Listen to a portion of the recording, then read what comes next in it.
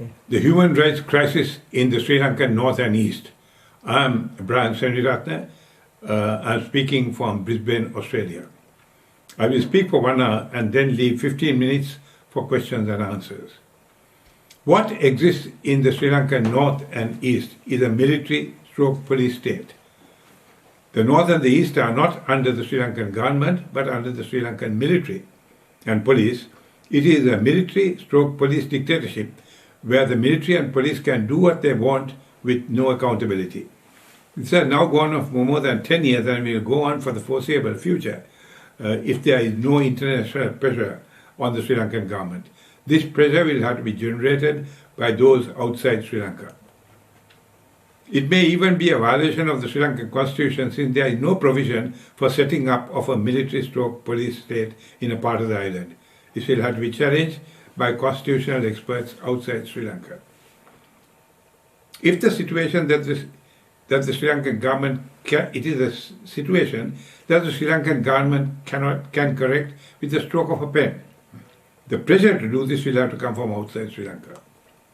The size of the military in the North and the East. There is a massive military presence in the North and the East. According to the International Institute for Strategic Studies, the military balance, the Sri Lankan military has 255,000 active members. This is larger than Saudi Arabia, which has 227,000, France 204,000, Israel 170,000, UK 147. This miserably poor country with no external enemies has 255,000 active members. It is an outrage. The ratio of soldiers to civilians in the North and the East is 1:5. In Mauritius, it is 1:3. Pearl, that's a Tamil group in Washington, and Adayalam Center for Policy Research, a similar group in Jaffna, in a paper titled Normalizing the Abnormal Militarization of Mullaitivu, says that the ratio of military to civilians in Mullaitivu is 1:2. There is no place in the world that is so highly militarized. The military and police are responsible for all the serious violations of human rights of the Tamil people in the area. International intervention is mandatory for humanitarian reasons. If nothing is done, the Tamil people in the area will simply wither away since it has no means of survival, no land to cultivate, no sea to fish, no jobs, and unable to set up businesses since all of these have been taken over by the armed forces. The Tamil tigers have been crushed. The question is the justification for such a massive military. Who is the enemy?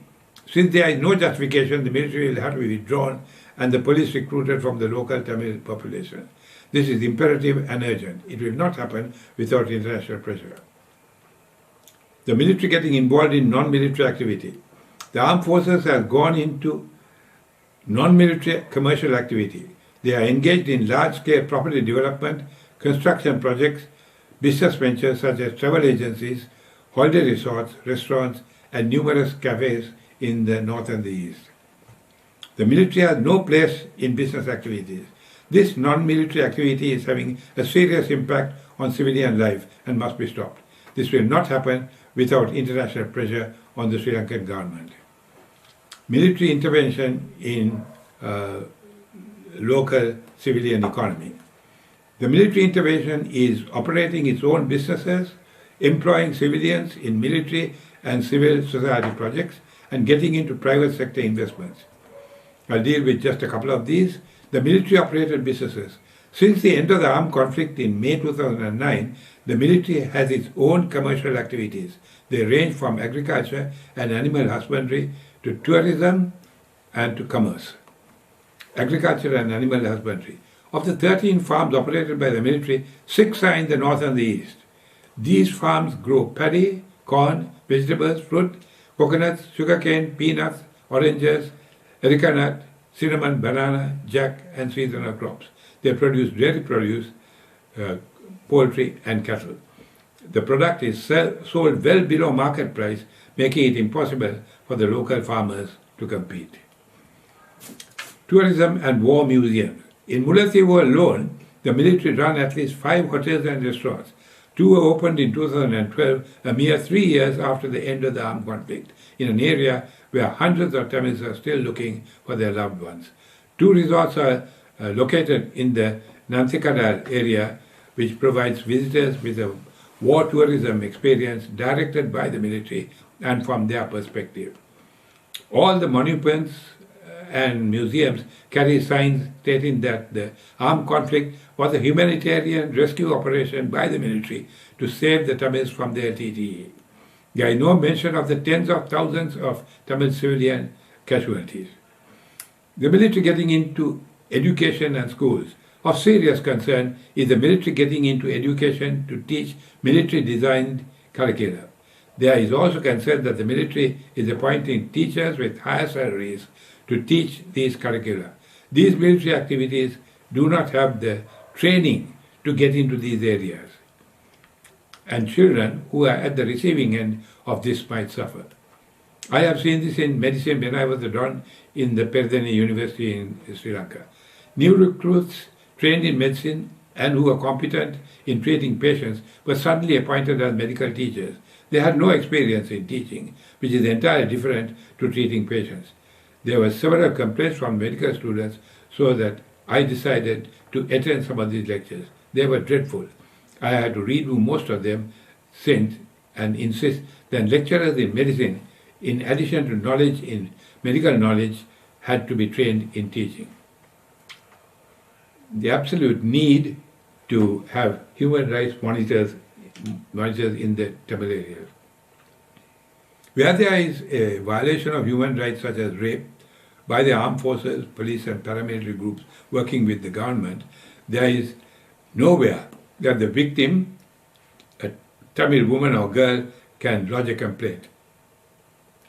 To go to the police is not only useless, but it might be dangerous. In my book on sexual violence, which I will detail at the end of this talk, I have said that if the victim goes to a police station or an army camp, there is a risk that the victim or whoever accompanies her getting raped or details taken for a midnight visit by the armed forces or police. The claim that international human rights groups such as Amnesty International, Human Rights Watch and International Crisis Group are allowed into the country is not good enough.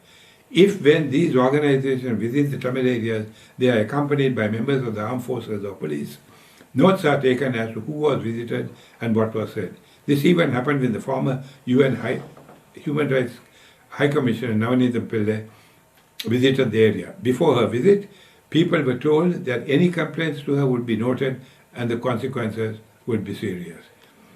There is no alternative to setting up of manned Tamil civilians to whom victims of human rights abuse can complain without fear. It will take years before this serious complaint is resolved. It will not be resolved until the armed forces are resolved from the area and the Sinhalese police are replaced by Tamil police. The UN Human Rights High Commissioner for Human Rights speaks. On the 27th of January 2012, that's a couple of weeks ago, the UN High Commissioner for Human Rights, Michelle Bachelet, issued a damning report on Sri Lanka's human rights situation, urging the international community to take strong actions to prevent another human rights tragedy unfolding in Sri Lanka, including targeted sanctions and punitive actions against perpetrators. The report contains a devastating and unprecedented critique of the handling of human rights in Sri Lanka, and its recommendations have escalated the possibility of intervention by the Council beyond anything that has been suggested to date. The logic of this escalation is based on the High Commissioner's conviction of an accelerated deterioration in civic, political, minority, religious and other democratic rights under the present administration, which she explicitly states needs the UN Human Rights Council's urgent action. For the first time ever, she called on member states of the Human Rights Council to pursue referral of Sri Lanka to the International Criminal Court in The Hague, the body established by the Rome Statute in 1998, to try perpetrators of war crimes, genocide, and violations of international human rights law. In a warning to Sri Lankans accused of war crimes and human rights violations, the High Commissioner urged member states to strongly consider targeted sanctions against such individuals, including travel bans and a freeze on assets. This is what she said. Given the demonstrated inability and unwillingness of the government to advance accountability at the national level, it is time for international actions to ensure justice for international crimes. States should also pursue investigations and prosecutions in their courts under accepted principles of extrajudicial or universal justice of international crimes committed by all parties in Sri Lanka. The Sri Lanka's contribution to the UN peacekeeping operations must be kept under review. The High Commissioner also urged the Council to support a dedicated capacity to collect and preserve evidence for future accountability processes. What now happens? Remember that the Human Rights Council has some 47 members who have to act. They can decide to do something, or they can decide, irrespective of what the High Commissioner says, to do nothing. Human Rights Watch has already referred to this, and I will refer to that in a minute. What can you do? For a start, you can write to the High Commissioner. Google will tell you the address, and you can thank her for what she has done. You can check whether the country you live in is represented on the council, and if so, contact the representative and say that you are concerned. You must act. To do nothing is not an option. Human Rights Watch endorsed the recommendations of the High Commissioner for targeted sanctions on Sri Lankan officials credibly accused of war crimes and the establishment of an independent international mechanism to investigate violations of international law. In a 93-page report, Human Rights Watch warned that the UN will lose credibility if it fails to adopt a tough resolutions at the 46th UN Human Rights Council session this March. Human rights has acted, you must act too. Crimes beyond belief. PISC, which is independent, non-profit law and policy organization based in Sydney, Australia, funded by the New South Wales Public Purpose Fund and Commonwealth State Legal Services. PISC, in its International Crimes Evidence Project, ICEP, published a major 235-page report titled Sri Lanka, Island of Impunity, Investigation into International Crimes. It is one of the most damning indictments on what is going on, and is still going on in Sri Lanka. One witness whose statements were taken by the ICEP was told by a senior security force officer that he had personally participated with his officers in the gang rape of a female LTTE who had surrendered. The security officer described to the witnesses that they had raped each woman. They killed them by tying one of their legs to a tree and the other to a tractor, which was then driven away from the tree, causing the woman's body to be torn apart. Desmond Tutu said, the sheer viciousness and brutality of the sexual violence is staggering, as is the racial verbal abuse by the torturers and rapists in the Sri Lankan forces. Turning to Sinhalization, there has been a mass relocation of Sinhalese from the south to the Tamil areas by the government. What is not widely known is that the Sinhalese military and police who have quit their jobs are being relocated in the north with their families. The result is a massive increase in the number of Sinhalese in the north and the east. If this continues, the north and the east will be dominated by Sinhalese. It will not be reversible, as we have seen in Ampare in the east, which was a Tamil area that has been Sinhalized. The long-term objective of accelerated Sinhalization of the Tamil area is to destroy the Tamil homelands and establish a mono-ethnic identity throughout the island, a single Buddhist nation.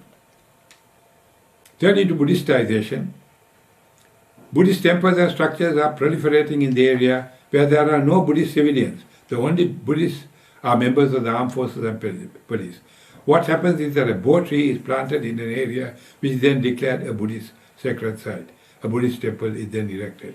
The British Tamils Forum has published an excellent book, which I would strongly recommend to you, Proliferating Buddhist Structures in the Tamil Homelands, Sowing the Seeds of Disharmony. You can get this for free from the British Tamil Forum. Education in Jaffna is in chaos. Dr. Da Somasundara, Professor of Psychiatry in Jaffna, delivered an important lecture, A Lost Generation of Tamil Youth. What he said was alarming. 70% of students fail the grade 5 examination annually, and 50% fail the O-level. Of those who sat for the advanced level, only 15% enter universities. Even the few who enter universities are not assured of a bright future. The university system, which was doing reasonably well up to the early 1980s, has deteriorated markedly due to the general chaos of war, poor resources, poor support from the state, and the loss of able academics and teachers with the general brain drain. This must-read publication is on the net. The difficulty in getting into university is compounded by the fact that large numbers of Sinhalese from the south are getting into the Jaffna University. Some of them qualify for university education, others get in because they know the right people. As someone who has been a senior lecturer in medicine in the Peradeniya University in Sri Lanka, in the late 1960s, I am well aware that a significant number of medical students were Tamils from Jaffna. There is no place that I know of in any part of the world that has produced more professionals than Jaffna. As such, what is going on in Jaffna is an absolute disaster. Jaffna will take decades, if ever, to get back to where it was on the top of the educational league table. Of equal concern is parents who can afford to send their sending their children abroad. Once trained, they are not going to return. A serious brain drain will adverse not only Jaffna but also the rest of the country. Getting on to poverty and unemployment in the north. Poverty and unemployment are higher in the northern province than anywhere else in Sri Lanka. At the Northern Province Council, Northern Province second budget reading, the Chief Minister said that out of the 25 districts in Sri Lanka, Kilinochchi was the poorest. Mullaitivu, which was previously the poorest, is now number 2 on the list of poverty by district. Jaffna is the 5th poorest. The level of unemployment is also higher in the northern province than in any other province. Turning to sexual violence in the north and east, sexual violence has increased across the northern province. Women widows in their 20s are sexually assaulted at work. Women teachers are sexually assaulted in schools. Unwanted pregnancies and teenage pregnancies are an issue.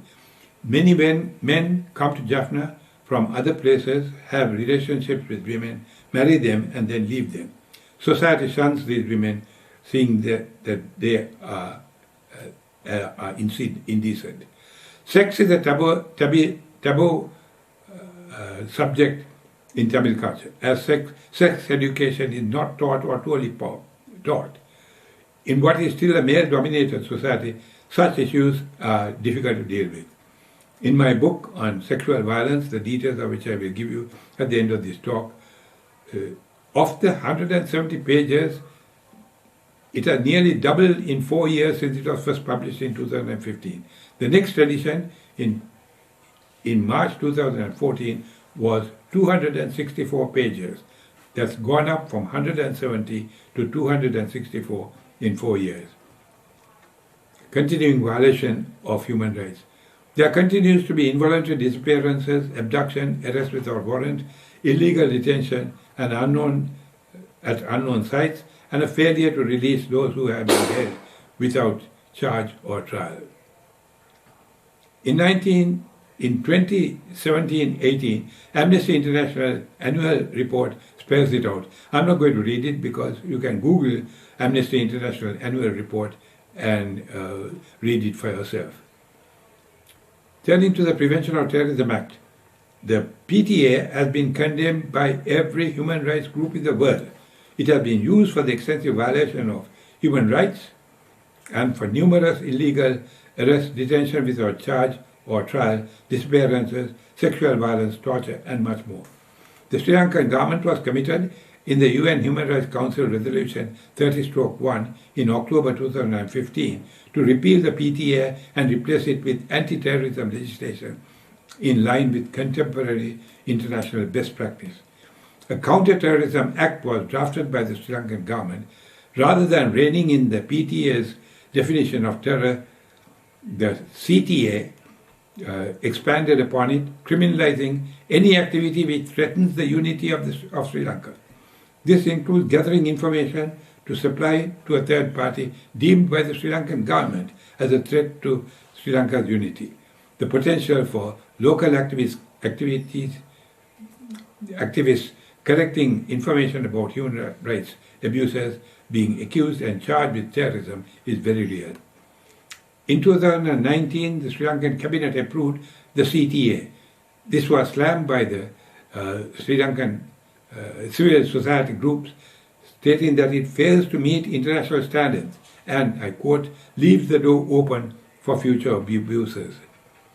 Torture. Torture by the Sri Lankan military and police is widespread, especially in the Tamil North and the East. This has been well documented by the International Truth and Justice Project, administered by the Foundation for Human Rights in South Africa, Yasmin Suka.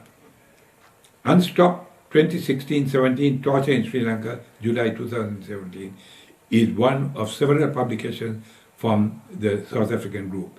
The site has detailed account of Joseph Camp. This is the Joint Operation Security Forces Headquarters, JOSFH, in the middle of Avaniya town, in the middle of the north. It is the main torture center in the Tamil areas. Torture rooms and equipment can clearly be seen. There are more than 40 other torture sites in Sri Lanka run by the police and army, and include the notorious CID torture site in Colombo, the dreaded fourth floor where torture has been well documented. Asian Human Rights Commission put this well, I quote, torture is part of the day-to-day operations of the Sri Lankan state. Therefore, it is no exaggeration to say that Sri Lanka is a torture republic. Weapons of mass destruction.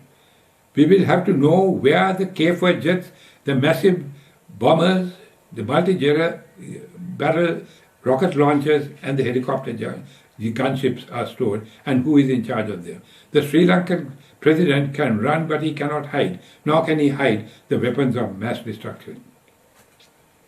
Turning to national reconciliation, I have published a detailed paper which is on the net, and is titled, Why National Reconciliation in Sri Lanka is Not Possible. The government, past or present, has no interest in national reconciliation, a term used to bluff the international community. Genocide of the Tamil people. I have dealt with this in detail in an article which is on the net. It is not only physical genocide, but cultural, linguistic, religious, economic, and structural genocide. All of these terms have been defined and justified in my article. The need to establish a valid legal and justice system in the North and East. Court cases, especially where the accused is a member of the armed forces or police in the North and East, are being transferred to the Sri Lankan South. This makes it difficult, if not impossible, for the victim and witnesses, Tamils, to go to the new location which is miles away and where the proceedings could well be in Sinhala, a language they do not understand. As a result, the case is usually dropped and the culprit gets away with no conviction. This is unacceptable. Court cases that have come up for hearing in the North and the East must be heard in courts in that area. Turning to courts in Jaffna, the chaos in Jaffna. It is not widely appreciated by the outside world that the social situation in Jaffna is chaotic. Drugs and alcohol. Drugs are brought by the Navy from Kerala in South India and sold in Jaffna. Illicit drugs are freely available and sold to even some as young as 11 years. The illicit use of drugs has increased the crime rate massively. Drug users commit murder, rape, and all sorts of crimes. Drug dealers are openly selling drugs. They are also being sold in villages, creating huge issues for the community. There is also only one hospital that offers alcohol and drug rehab services. This clearly needs to be more drug and rehab services. Without them, they cause many social issues in society. Domestic violence. There has been a marked increase in domestic violence after the end of the armed conflict. Alcohol, husband being unemployed and not earning enough money, the husband believing that his wife is having an affair, which is largely untrue, are some of the causes. Women tolerate this violence for the sake of the children and do not want to lose the respect of their communities. Women rarely report these cases to the police for fear that no action will be taken. When the situation becomes critical, they cannot bear the physical violence anymore. They help the CCOP, a non-government organization, but these are too few and poorly resourced. The Sinhalese police. The police are 95% Sinhalese and do not know Tamil. The language problem means that many cases go unreported, and if a case is reported, the process may be long drawn and often ineffective. Often the police tell people to come back it seems because they do not have a translator. The message finally gets through that it is an exercise in futility. Corrupt police and armed forces. The police and armed forces are corrupt. The Sri Lankan police are reported to be the most corrupt in the world. The police, army and navy are involved with the drug problem plaguing Jaffna. As such, they cannot be trustworthy, particularly if the criminal act is drug-related or involves the armed forces and police. Some of this is dealt with in my book on sexual violence. Counseling in short supply. There are only one or two NGOs offering counseling in villages. As a result, family problems related to abuse of women, abuse of children and domestic violence are not addressed. As a result, serious mental problems such as depression and post-traumatic stress disorder are not addressed. Not surprisingly, suicide rates are high. Professor Somasundaram, professor of psychiatry in Jaffna, stated that the suicide rate in Jaffna is high and rising. Cultural issues. People in the northern province, particularly in Jaffna, have always been hardworking and disciplined. This is no longer the case. During the war, the northern province was cut off from the rest of the country economically and socially. After the war ended, previously unobtainable things previously unobtainable became freely available. So was money, especially from abroad. From having access to nothing, people had access to almost everything. People did not know how to handle this. Whereas earlier, people only bought essentials, they can now buy anything such as smartphones, which allow access to pornography, which has contributed to sexual violence. As mentioned earlier, education in Jaffna has suffered seriously. Adults repeatedly say that children lack motivation to study and expect parents to buy things which they could not afford to do. This has resulted in serious family problems. The caste system, which was virtually stamped out by the Tamil Tigers, has returned. This is particularly so in Jaffna. Many of the low caste people are poor. Some of the children are in need of tuition. They do not have the money to pay for tuition. Women-headed families. Of the 69,000 women-headed families in the north and northern province, 34,000 are in Jaffna. A great deal of money is wasted by the government building houses that are of little use. If this money was given to the families, they could build larger and more useful homes for far less money. Many of these women do hard labor to support their families. Some of their children also work from an early age to support the family. Children having to work have an adverse effect on schoolwork. The Sixth Amendment to the Constitution. The Sixth Amendment to the Constitution must be scrapped. Introduced in August 1983 by Sri Lanka's first dictator, J.R. Jayawardena, the Sixth Amendment states, and I quote, "No person shall directly or indirectly in or outside Sri Lanka support, espouse, promote, finance, encourage or advocate the establishment of a separate state within the territory of Sri Lanka. In other words, one cannot even discuss a separate state for the Tamils. The penalty for violating this constitutional amendment is severe. It includes confiscation of movable or immovable property. While those outside Sri Lanka do not need to worry about this nonsense, those in Sri Lanka do have to worry because the full force of the law will be applied. It might even be applied to those outside Sri Lanka who have property in Sri Lanka. It is imperative that this absurd constitutional amendment be removed. Getting on to a referendum is an important section. It is important to have a referendum in the north and the east to ask the people what they want. Are they happy with what is going on, or do they want a separate state, Tamil Eelam?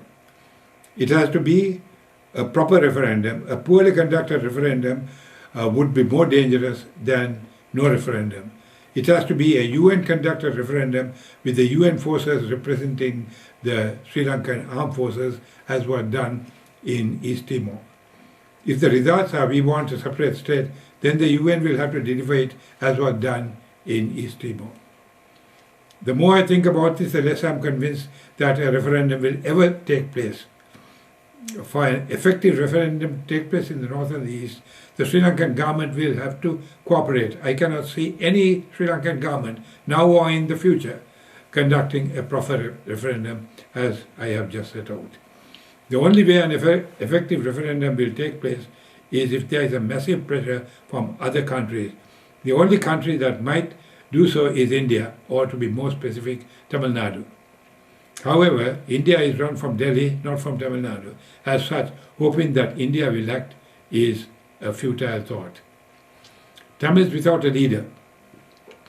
After the death of S.J.V. Sivanagam, there has been no effective, no Tamil civilian leader worth talking about. The TNA is a joke, and the Sri Lankan government treats it as such. The TNA spokesman is effectively supporting the government of Sri Lanka, not the Tamil people who elected him. For several years, the Roman Catholic Archbishop of Mannar, Right Reverend Dr. Rayapu Joseph, was the unofficial leader of the Tamil people. I was worried about his survival and wrote an entire booklet, Sri Lanka, Right Reverend Rayapu Joseph and Others in Danger. He had a devastating stroke and is unable to talk. Whether this is due to medical causes or whether he was poisoned, I do not know. What I do know is that the Tamils have lost an invaluable leader. Who their leader is something that the Tamil people on the ground will have to sort out. It is not something that I should get involved in. The potential for development of the north and the east. There are several economists who have said that Sri Lanka's north and east have the greatest potential for development. It is this that has been taken over by the armed forces to run commercial projects. The Sinhalese armed forces in the north own a 180-acre farm, many hotels and resorts, a golf course, 3 cricket stadiums, a ferry service, 2 whale watching tours, 2 airlines and numerous cafes that dot the roads in the north and the east. These are just the ones that we know about. Some of these can be seen in the outstanding publication by the British Tamil Forum, which I have referred to. The land for all this has been seized from the Tamil people without compensation. The economy in crisis. This is the sort of good news for us. Inheriting large budget deficits and dangerously high debts, the Sri Lankan government has been unable to deliver election promises of jobs and improve standards of living. Sri Lanka's debt has risen from 120 billion in 1981 to 10,500 billion in November 2016. Export earnings have declined and there has been a collapse of the state's economy from 23% of GDP in 1996 to 11.3% in 2014. There has been a sharp fall in Sri Lankan production, widening the inequality of income distribution. Nimal Senewiratne from Perdana University, or Perdania, he may be from the agricultural faculty, has recently written an outstanding analysis of the Sri Lankan financial crisis.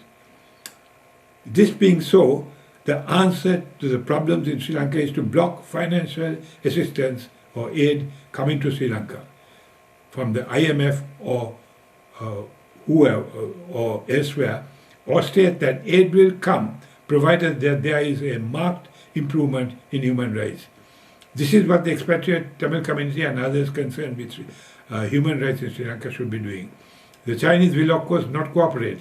As much money as Sri Lanka wants will be supplied by China, as it was when Rajapaksa was last in power. This is money that Sri Lanka can never repay.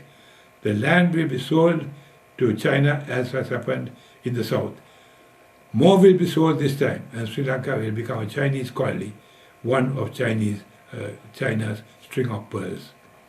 Given this economic crisis, a well-planned economic boycott of goods and services going in and out of Sri Lanka till the Tamil people get their rights is very important. The responsibility to protect. Responsibility to protect is a global political commitment which was endorsed by all the members of the UN in the 2005 World Summit to prevent genocide, crimes against humanity, and crimes and war crimes.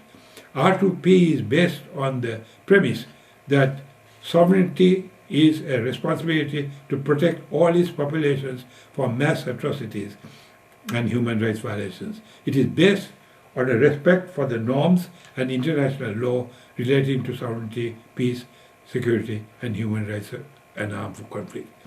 Clearly, it is applicable to the north and the east of Sri Lanka, where the Tamil people are in need of protection. Anne-Marie Slaughter from Princeton University called R2P the most important shift in our conception of sovereignty since the Treaty of Westphalia in 1648. Louis Arbor from the International Crisis Group said that, I quote, "The responsibility to protect is the most important and imaginative doctrine to emerge on the international scene for decades." Professor Damien Kingsbury from Deacon's University in Australia has written an entire book, Sri Lanka and the Responsibility to Protect, Politics, Ethnicity and Genocide. I will leave it to the lawyers to decide where we go from here. As for me, I will not be surprised if the responsibility to protect is just 3 words with no meaning. Politically active Buddhist monks. Politically active Buddhist monks have been the curse in Sri Lanka for decades. It was one of them who assassinated SWRD Bandaranaike, the first political assassination in Sri Lanka. Somarama Thero, who shot the Prime Minister, was convicted of murder and hanged.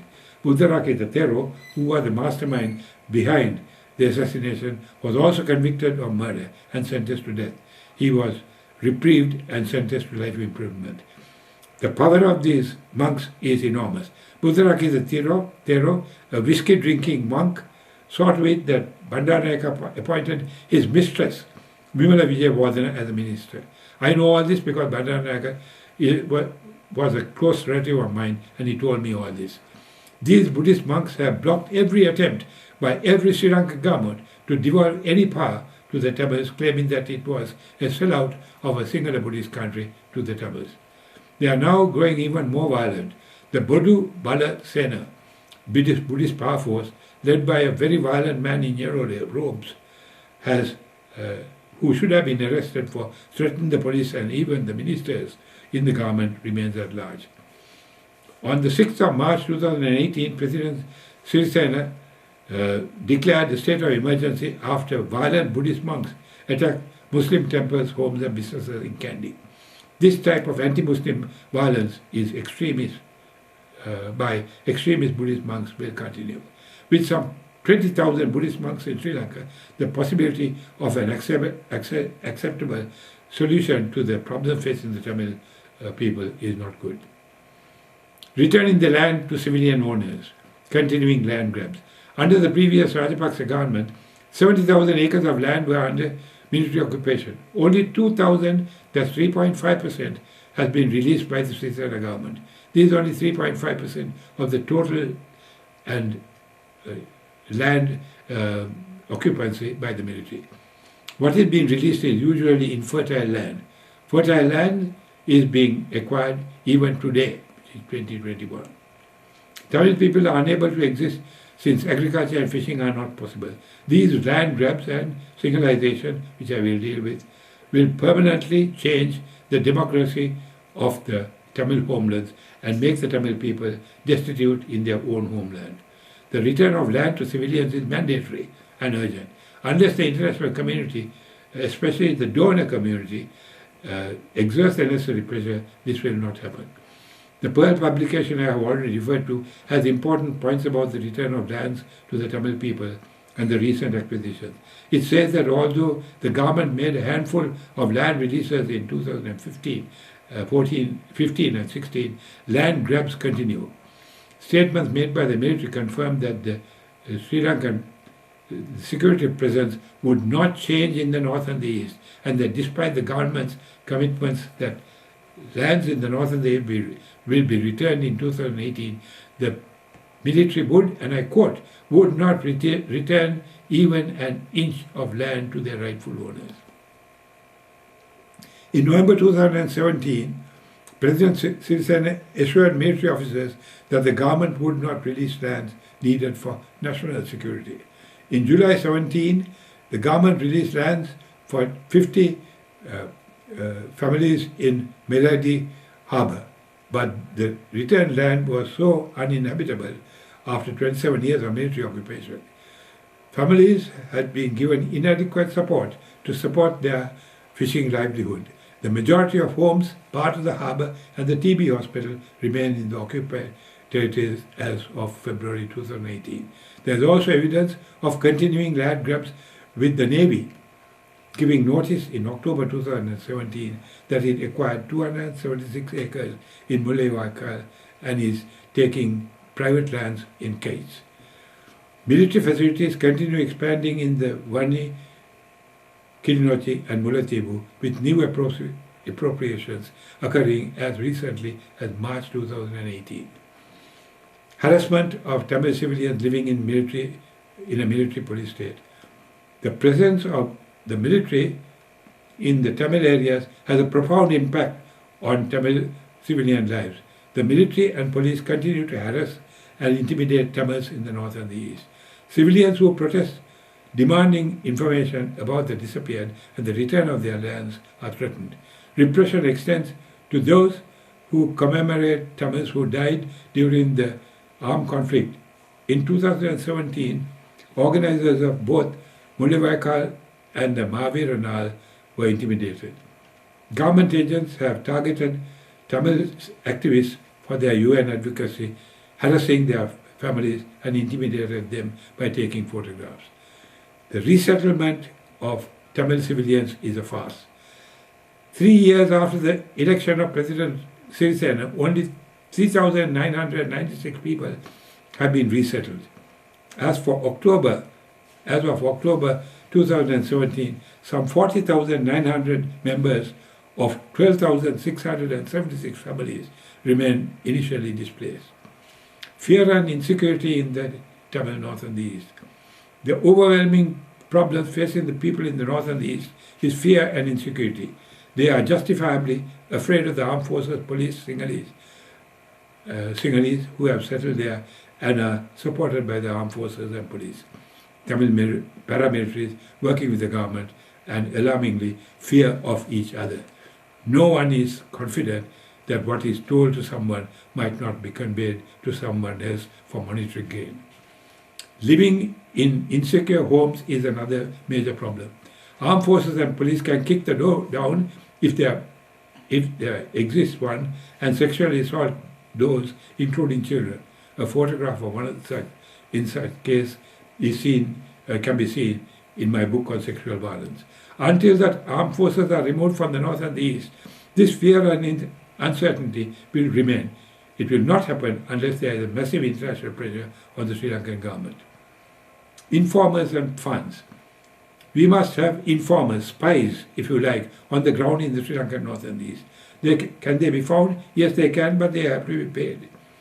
I have strongly addressed the organization to which I belong, which is the Transnational Government of Tamil, the need to have some funds. Business organizations, especially in Canada, will provide the money if they know where the money is going to be used for. Boycotts. Say no to Sri Lanka, which was operative some time ago will have to be restarted. When I was in South Africa to see Bishop Desmond Tutu, I met several former ANC leaders. They told me that two things that were successful in overthrowing the apartheid regime was boycott of the economy and boycott of sports, especially cricket. These proven methods will have to be used on Sri Lanka to bring the ruling regime to its knees. Support those who work. There is an absolute need to support people like Pearl and Adyalam Center for Policy Research that have produced such outstanding work. To support Pearl and get them to send another team of investigators to Sri Lanka is crucial. Get people of importance to visit the North and the East. Get your Member of Parliament and others in high places to visit the North and the East and speak with the people as Pearl have done. It is important that they take with them people who can speak Tamil and not rely on the Sri Lankan government to provide them. India, or I'll deal with India or rather Delhi, has a crucial role to play which it has not done. This is why I argued, I urged the organization with which I work to set up an office, however small, in Delhi and in Tamil Nadu to supply the necessary information about the current situation in Lanka. Such an office, the Tamil Information Centre, existed in London many years ago under Kandasamy and was very important in providing information. I visited this centre and was greatly impressed with the work they did.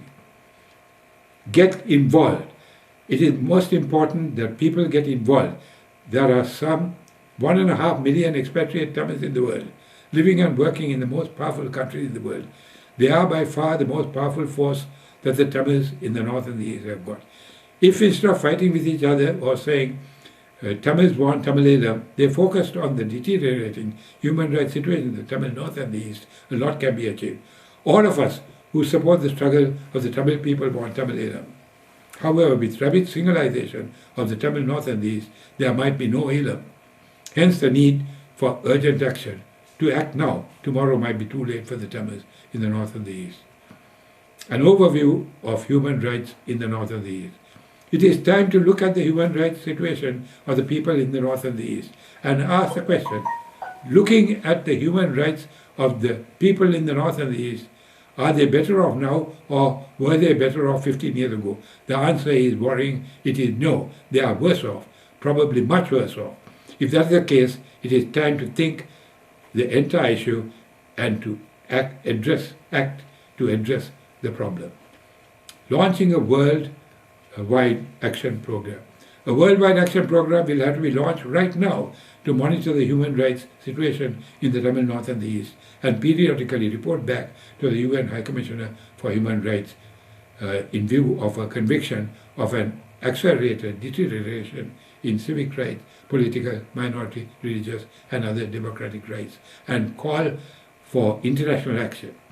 It is very clear that the expatriate Tamils, now 1.5 million, and others concerned with what is going on in Sri Lanka will have to do. Can anything be done? In summary, something will have to be done to save Sri Lanka in general and the Tamils in particular. In Sri Lanka, there have been massive protests. I'm not going to go into in detail, but there have been at least 4 massive protests in Jaffna and in Batticaloa to grind the area to a halt. Outside Sri Lanka, with 1.5 million Tamils living in all the important countries in the world, these expatriate Tamils are the strongest force that those in Sri Lanka and the East have got. Unfortunately, this massive force is divided for petty reasons, and more recently they have become apathetic and have not appreciated the gravity of the situation facing the Tamil people. Here is something that they can do. One, get the message to the world that what is going on in the North and the East, especially the fact that the military, the area is a military/police state. Secondly, that people cannot exist if their lands are taken over and their occupation, which is agriculture and fishing, are prevented. Thirdly, the Tamil people in this area do not live, they merely exist. Even that is becoming increasingly difficult. Jaffna is awash with drugs and alcohol brought by the Sri Lankan Navy from India. Those who disbelieve this must go to Jaffna and talk to the people. Go there and live to go there and live in a 5-star hotel or with family and then say that all is well with Jaffna is nonsense, in addition to being untrue. Torture is taking place in at least 40 cities, mainly police stations and army camps. The Joseph camp in the middle of Vavuniya, which I referred to, at the CID 4th floor, must be visited even if they are told that they are not tourist attractions. Do what they have done in apartheid South Africa, which is to isolate Sri Lanka. Say no to Sri Lanka. It is worth supporting. Goods and services in and out of Sri Lanka, especially tourists, must stop. There are many places with golden beaches and sea, such as Bali in Indonesia and Phuket in Thailand, where the beaches are not blood-stained. This publication and the dozen DVDs I have recorded on the Tamil struggle must be distributed. The fact that unless the international community, especially the aid community, the Tamils, unless they act, the Tamils will cease to be a people. This is genocide. The best way to find out what is going on in Sri Lanka is to get your MP and others in positions of power to go there and see what is happening. Time is crucial. You must go now. Tomorrow may be too late for the Tamils.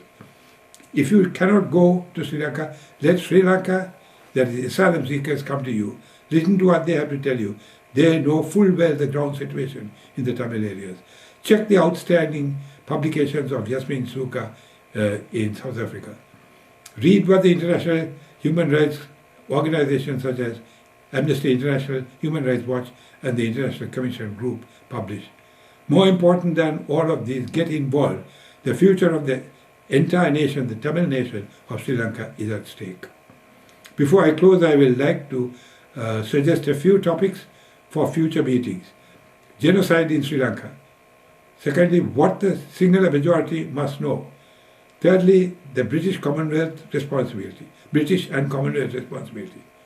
Why national reconciliation is not possible in Sri Lanka. Setting up information centers to counter disinformation, lies, damn lies, and the Sri Lankan government. The future of the Tamil people in Sri Lanka.